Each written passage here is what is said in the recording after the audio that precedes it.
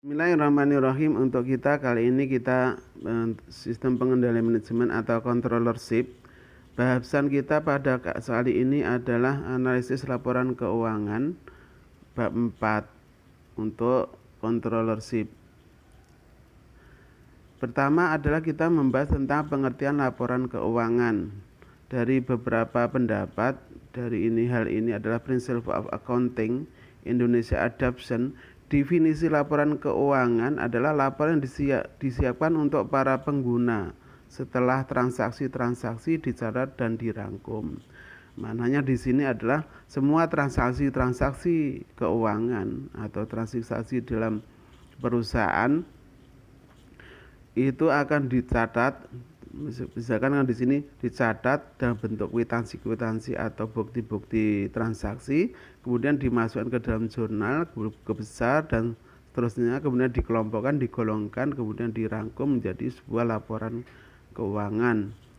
Nah, terdiri dari laporan keuangan dalam hal ini terdiri dari hasil dari laporan keuangan itu berupa pertama adalah laporan rugi laba yang di sini mencantumkan semua pendapatan dikurangi dengan biaya-biaya. Kemudian laporan ekuitas, laporan modal sendiri dari laporan ekuitas pemilik perusahaan, baik itu modal sendiri maupun dari berupa saham atau laba yang ditahan ataupun dari modal saham.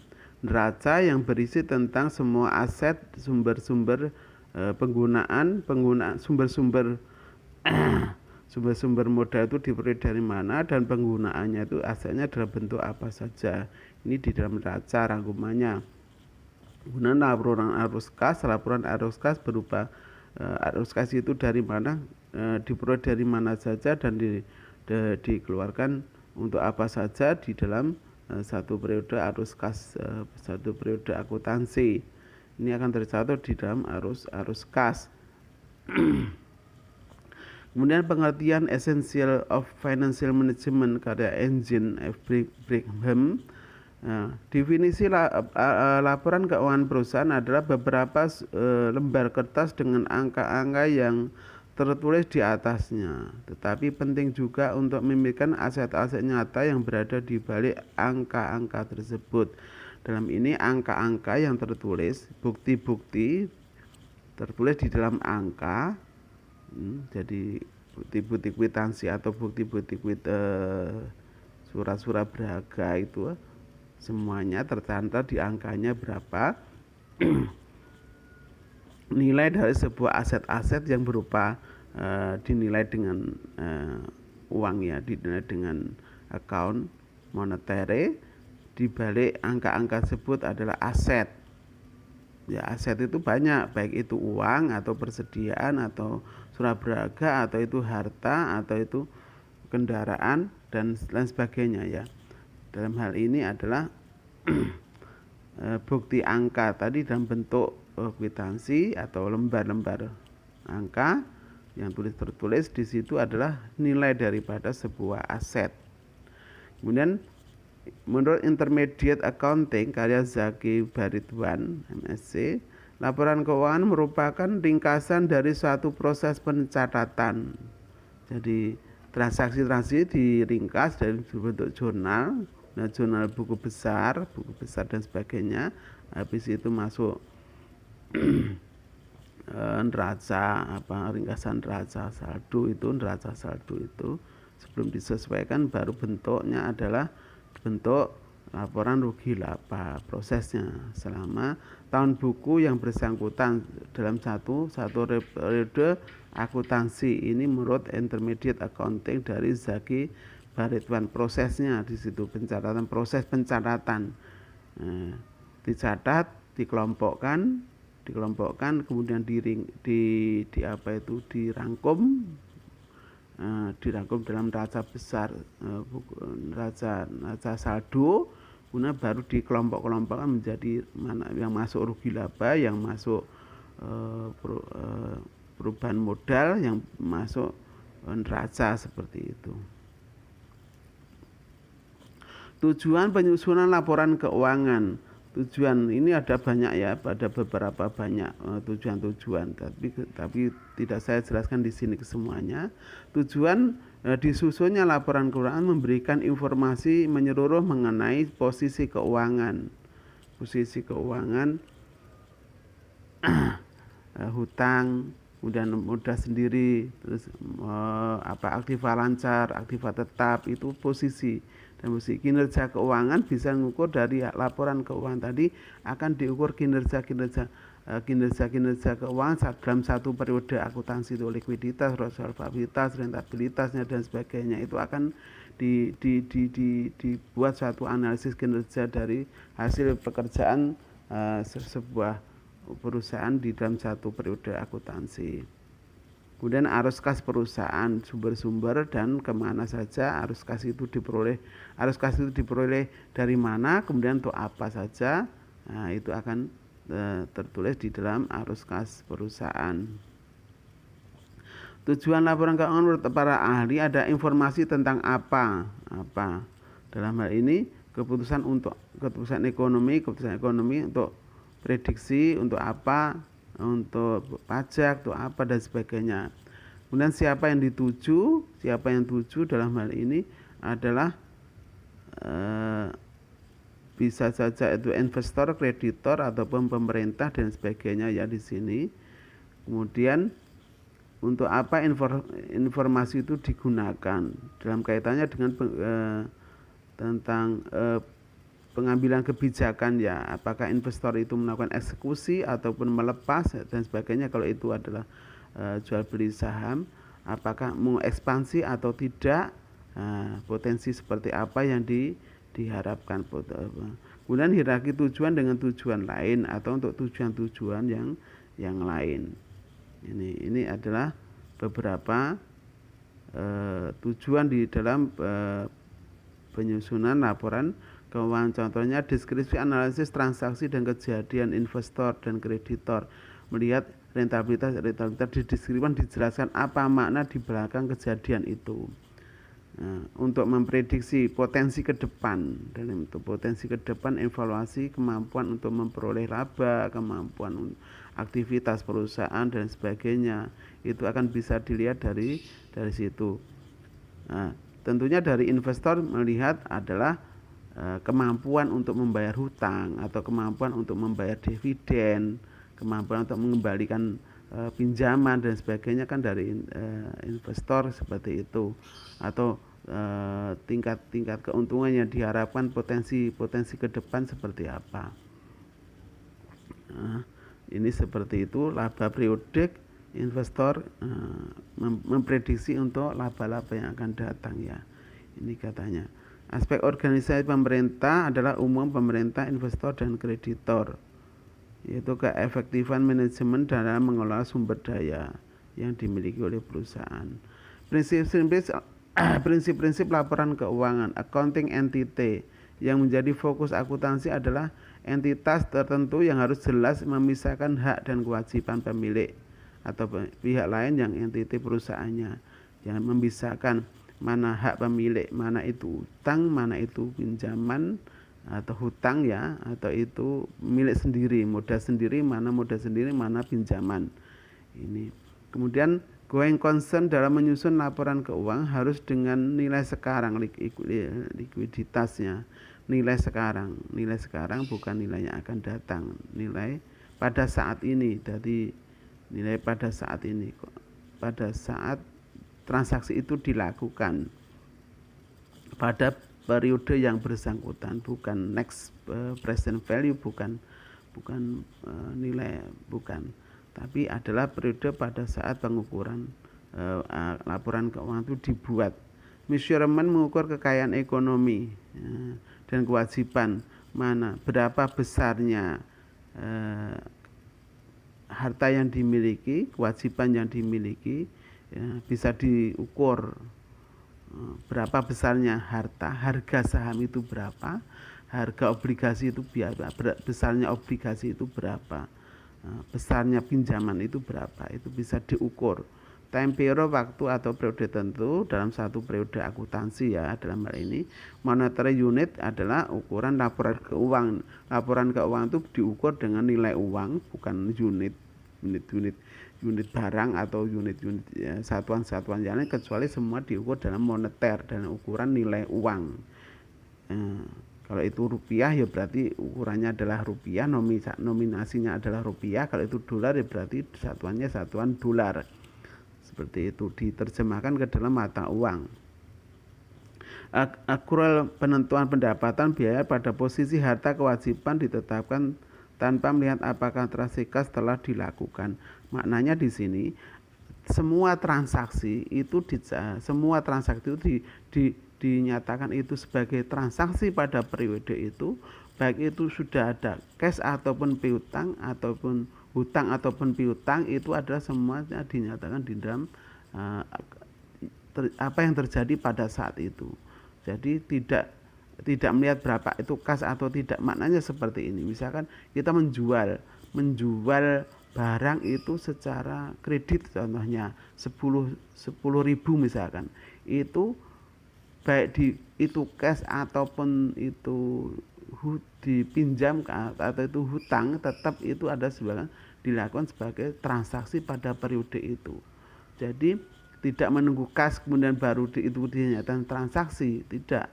Tetapi ketika transaksi itu dilakukan, baik itu dengan cash ataupun dengan hutang, itu tetap dianggap sebagai transaksi pada saat itu, accrual.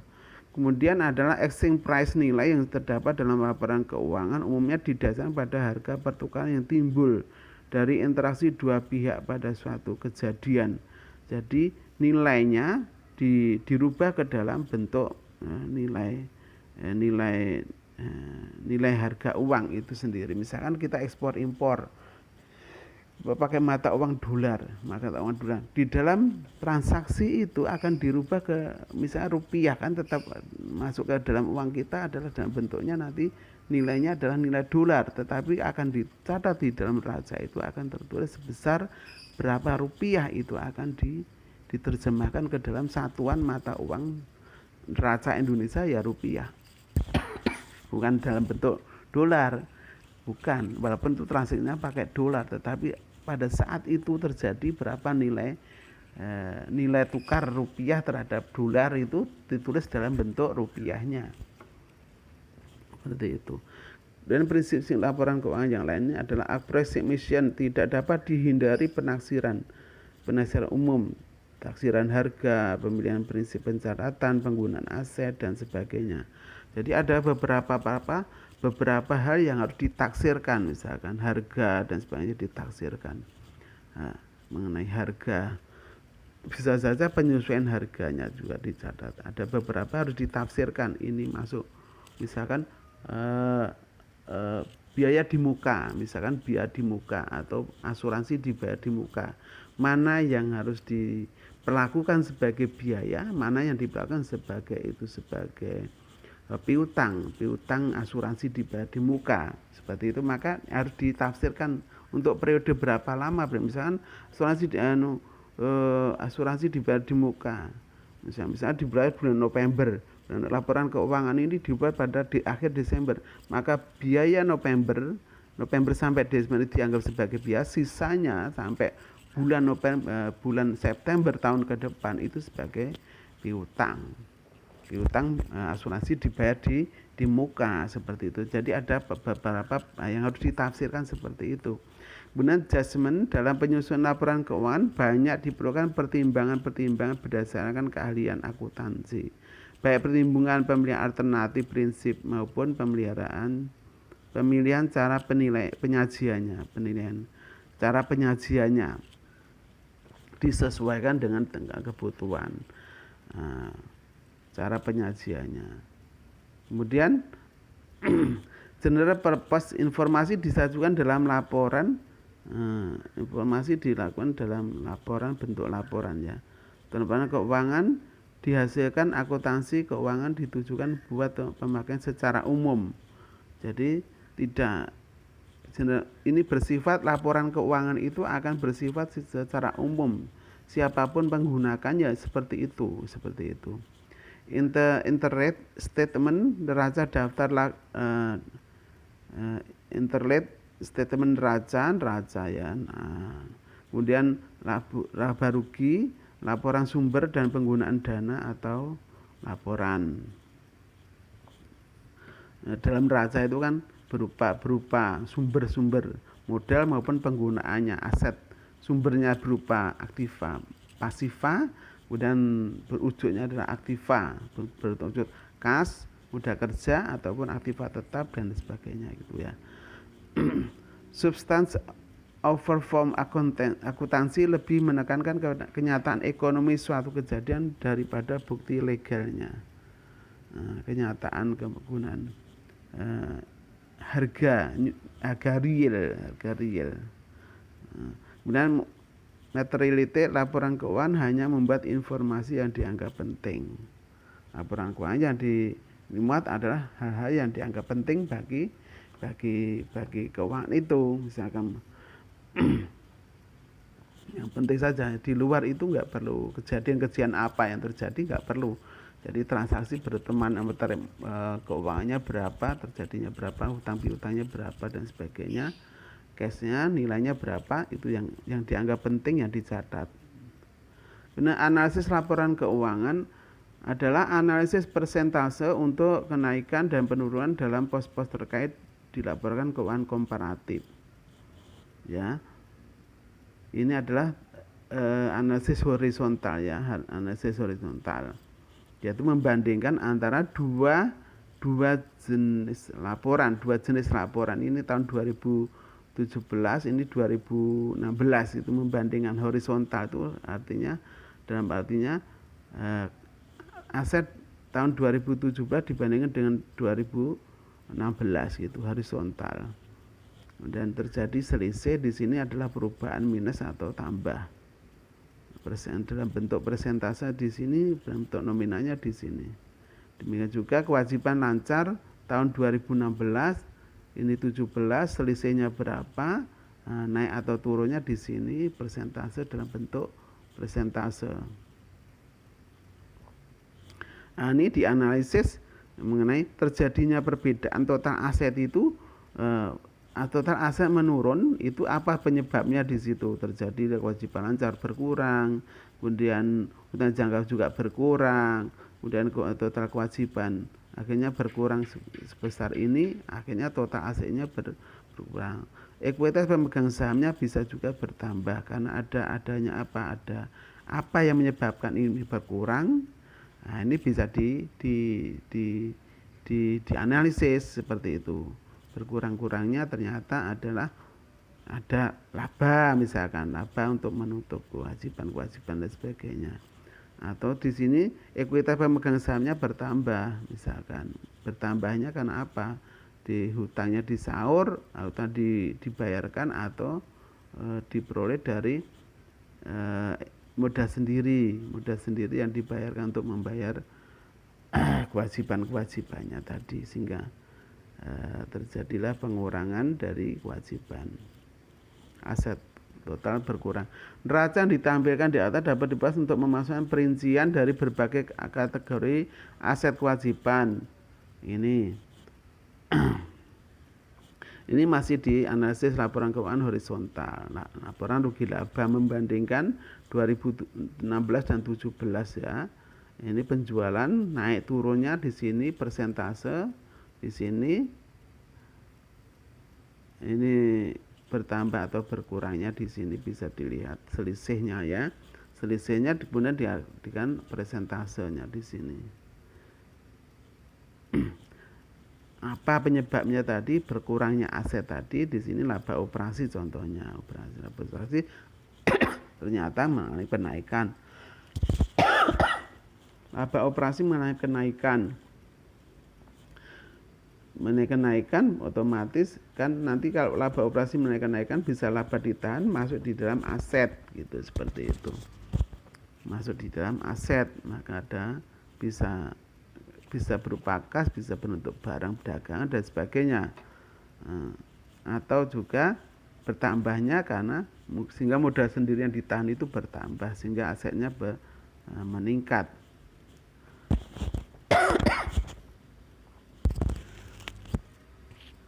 Membandingkan aset lancar, jadi modal kerja, aset lancar di sini kas, aset lancar itu adalah kas, surat berharga, piutang usaha, persediaan, biaya dibayar di muka.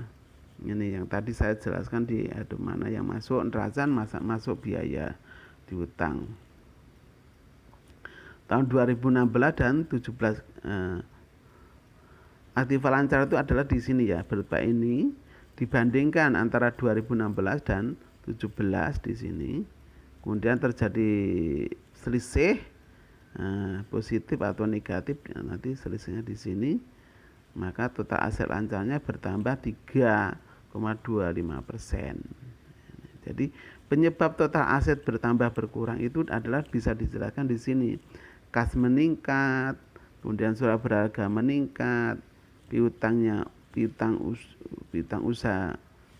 usaha itu berkurang artinya bisa saja itu penjualannya kasnya lebih cepat, berubah jadi kasnya itu lebih cepat, tidak tertahan di dalam piutang. Persediaan berkurang berarti kebanyakan barang yang dijual itu adalah laku, banyak persediaan barang yang terjual gitu. Semakin sedikitnya yang di gudang, biar di muka ini tidak begitu pengaruh besar gitu ya. Kemudian untuk laba ditahan komparatif, laba ditahan ini akan berpengaruh kepada perubahan modal sendiri.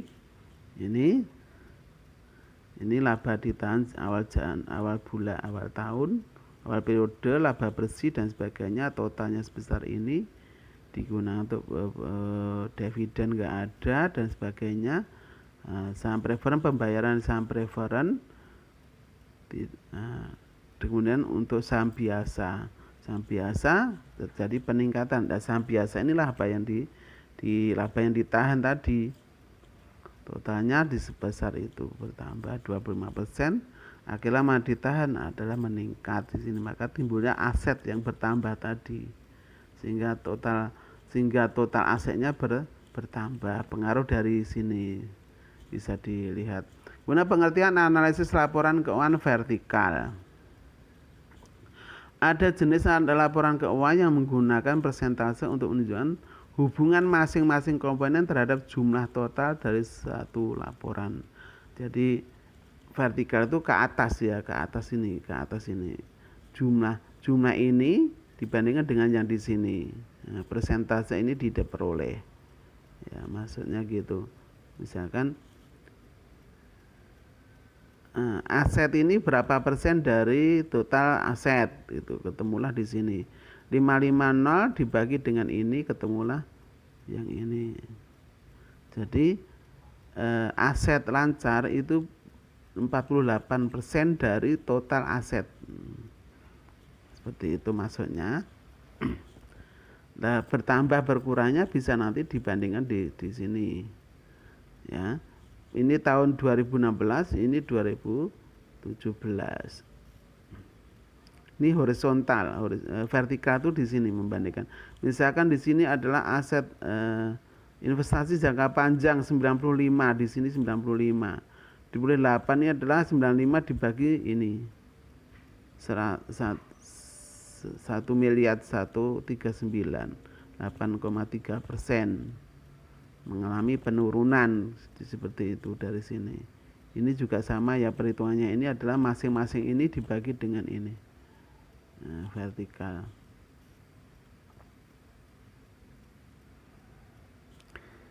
Ini adalah neraca, membandingkan neraca aset, dan kemudian di sini adalah aktiva, di sini ada pasifanya. Pasifanya di sini berupa kewajiban dan ekuitas pemegang saham, modal sendiri. Laporan rugi laba komparatif membandingkan periode 2016 dan 2017, kemudian vertikal, karena di sini vertikal, maka ini penjualan bersihnya sebelumnya adalah penjualan kotor dikurangi dengan retur penjualan.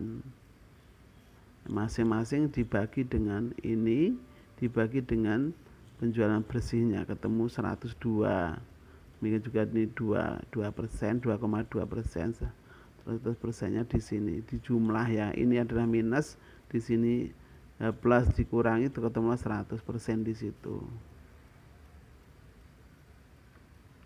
Sampai ke bawah ya, sampai ke bawah. Contoh harga pokok produksi, HPP itu harga pokok produksi ya.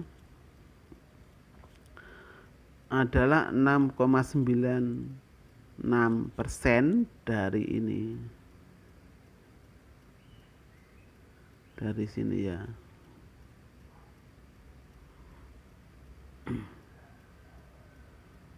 Satu 1043 dibagi 1495 69,6%.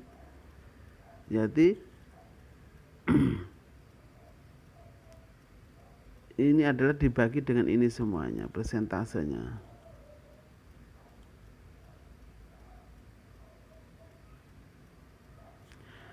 Kemudian ini adalah membandingkan antara 2016 secara horizontal. Laba bersih terjadi kenaikan. Laba bersih di sini adalah di awal di 2016 ini adalah 11% dari laba bersih ya, laba operasi ya, laba bersih. Laba operasi ini 11,3% dari laba bersih. Kemudian 2017 10,7% dari laba bersih. Kalau dari segi lihat presentasenya menurun tapi nominalnya naik karena apa? Laba bersihnya yang jumlahnya lebih besar tahun 2016 dibandingkan 2017 jumlahnya 2017 lebih besar dari 2016. Secara nominal lebih besar juga dari 2017 tetapi presentasenya lebih kecil dari 2016. Dan perhatikan suatu contoh berikut ini. Persentase laba kotor dan laba bersih terhadap penjualan untuk tahun fiskal untuk perusahaan A dan B ada sebagai berikut ini. Ini adalah laba kotor untuk perusahaan A dan B adalah ini 21, di sini 6%. Laba bersihnya terhadap penjualan adalah 1,33, di sini 1, tapi laba kotornya 21. Tapi secara persentase ya, tapi dalam segi nominal ya belum tentu lebih besar. Nah, seperti itu. Guna teknik laporan yang sama. Analisis laporan keuangan ukuran sama untuk perusahaan-perusahaan yang sejenis gitu, artinya perusahaan sejenis. Kalau itu industri manufaktur ya manufaktur seperti itu. PT Manajemen Keuangan Network, ini PT Siklus Akuntansi Network. Membandingkan antara dua jenis perusahaan yang sejenis. Industri manufaktur, perbankan, jasa seperti itu membandingkan. Untuk mengukur kinerja mana yang lebih baik gitu loh, maksudnya lebih baik kinerjanya di antara perusahaan yang sejenis, untuk membandingkan sebagai tolak ukur penilaian kinerja perusahaan ini dengan perusahaan sejenis yang lain. Jenis-jenis rasio keuangan. Berdasarkan sumbernya, rasio keuangan digolongkan menjadi 3. Rasio neraca, balance sheet rasio, rasio-rasio yang disusun dari data neraca. Dari neraca, rasio-rasio solvabilitas, rentabilitas dan sebagainya ya. Rasio-rasio laporan rugi laba, rasio disusun dalam rugi laba. Jadi neraca, laporan keuangan itu kan ada neraca. Nah, masing-masing pos neraca itu dibandingkan, ketemulah itu rasio-rasio. Kemudian rasio-rasio dari rugi laba, kalau ini berkaitannya dengan solvabilitas dan kemampuan untuk membayar kewajiban-kewajiban. Kalau rasio-rasio rugi laba berkaitan dengan kemampuan untuk memperoleh keuntungan. Ini berkaitan rentabilitas, biasanya seperti itu nanti ke bawah. Kemudian rasio-rasio antar laporan, yaitu membandingkan antara dua laporan keuangan di atas. Jadi, dua. Kalau ini adalah antar individu sendiri, rugi laba dan neraca, tetapi kemudian neraca dan rugi laba akan dibandingkan. Katanya dengan rentabilitas juga di situ. Bisa juga aktivitas ya, rasio aktivitas dari aktivitas yang dilakukan oleh perusahaan itu, membandingkan antara rugi laba dengan neraca, rasio aktivitas. Rasio likuiditas terdiri dari current ratio, kemudian ada cash ratio, kemudian quick ratio. Jadi kemampuan untuk memenuhi kewajibannya jangka panjang ya, jangka pendek ya. Likuiditas, seberapa banyak aliran aktiva lancar itu bisa berupa aktiva lancar, current ratio. Ini bisa juga meningkatkan, bisa juga misalnya current ratio bisa ditingkatkan dengan cara menaikkan aktiva lancar dengan mengurangi hutang lancar. Supaya current rasionya meningkat. Contohnya di sini ya, untuk menaikkan current ratio, aktiva lancar dinaikkan, hutang lancar dikurangi. Sebagainya, bisa saja itu adalah menjual aset aktiva tetap untuk menambah kas juga bisa, atau untuk mengurangi hutang. Jadi dibeli, dijual, dibentuk untuk bayar hutang lancar, atau dan sebagainya ya. Ini cara bisa dinaikkan di atas, kurangi di bawah, atau tetap di atas, di bawah dikurangi, sebagainya seperti itu. Caranya ada 3 ya, current ratio untuk likuiditas, current ratio, kemudian ada quick ratio dan cash ratio. Bedanya adalah ini mengeluarkan persediaan, ini dikurangi persediaan. Ketemu quick ratio. Cash ratio ini berupa cash ratio yang berupa kas dan surat-surat berharga yang mudah dicairkan, bisa juga saham dan sebagainya. Rasio solvabilitas, kemampuan untuk memenuhi kewajibannya ya. Jangka panjang, total hutang dibagi aktiva, total hutang dibagi total aktiva. Ini debt ratio, perbandingan antara hutang dengan aktiva. Debt to equity ratio, total hutang dibagi dengan modal sendiri. Jadi total hutang ini dilihat dari neraca itu, total hutangnya berapa, kewajiban total berapa, total aktiva, total aset itu sama. Kemudian ini adalah debt ratio. Kemudian debt to equity ratio, membandingkan hutang dengan modal sendiri, yaitu equity, pemilik saham, membandingkannya di neraca itu. Anda biasa lihat di equity, kewajiban dibagi dengan modal sendiri. Rentabilitas ini membandingkan antara rugi laba dengan neraca ya. Rentabilitas membandingkan rugi laba, pos-pos di rugi laba. Profit margin, laba bersih dibagi dengan penjualan. Total penjualannya berapa, laba bersihnya berapa. Ini profit margin. Gross profit margin, laba kotor, yaitu laba kotor kan diperoleh dari penjualan dikurangi dari harga pokok produksi. Harga pokok penjualan, ketemulah laba kotor di situ. Dibagi dengan penjualan bersih. Ini adalah di sini gross profit margin. Kemudian ROI, earning after tax dibagi investasi, besarnya earning after tax. ROI, return on investment, ya,